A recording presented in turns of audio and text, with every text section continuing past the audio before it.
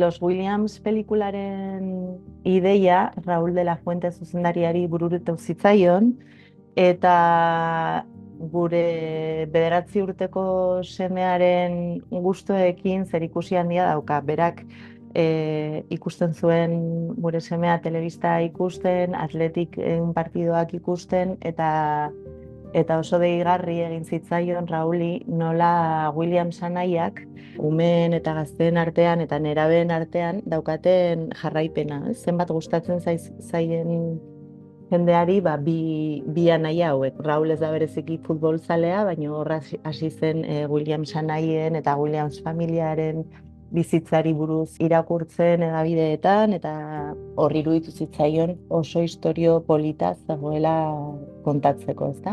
Da horrela hasi zen proiektua. Proiektua martxan jartzeko egin genuen lehendabiziko gauza izan zen, Williams anaien representantearekin hitz egitea. Eta hura konbentzitzea ezen erreza izan, ze agian proiektuan aurkitu dugun zailtasunik handiena izaten da futbolarien agenda eta disponibilitate eza. Oso denbora gutxi daukate kiroletikak beraien bizitzak antolatzeko. Orduan hor grabaketak antolatu alizatea oso zaila izan da, eta martxan jartzerakoan gakoa izan zen Kanakiren aurreko pelikulak erakustea representanteari, eta Williams anaiekin Bilbon egin genuen hitzordu bat, Raulek buruan zeukan pelikula kontatu alizateko, eta biek gogoz esan zuten baietz, bai Iñakik eta bai Mikok gogoz esan zuten baietz, ez dakit nolabait agian gure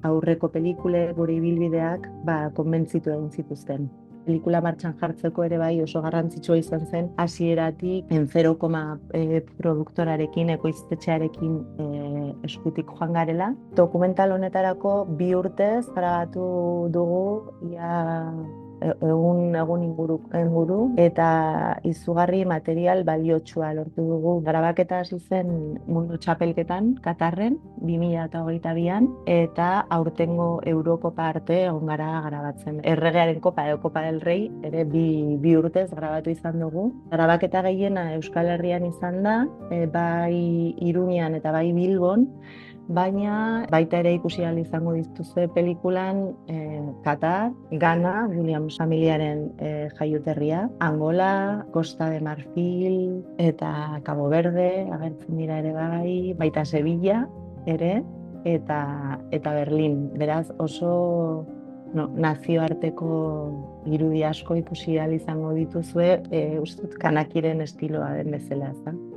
Los Williams zinemiran estreinatzea guretzako suposatzen du 6. zinemaldira hurbiltzea Raúl de la Fuenteren titulo bat. Nomadak estreinatu zuenetik sail ezberdinetan egon izan dira bere lanak. Hasieratik geneukan begi puntuan, ezta, zinemaldira iristea pelikula honekin, erakusleiho internazionala da, eta horregatik oso pozik gaude zinemaldian bueltan egoteagatik. Los Williams pelikularen mezu nagusia esango nuke dela fronterak irekitzea. Gure artean hartzea eta balioan jartzea beste herrialdetatik etortzen diren pertsonak, pertsona horiek gure gizartea aberasten dute. Eta hori egin nahi izan dugu pelikula honen bidez, kontutan hartuta futbola bozgorailu paregabea dela gaur egun, batez ere gazte eta umeei iristeko.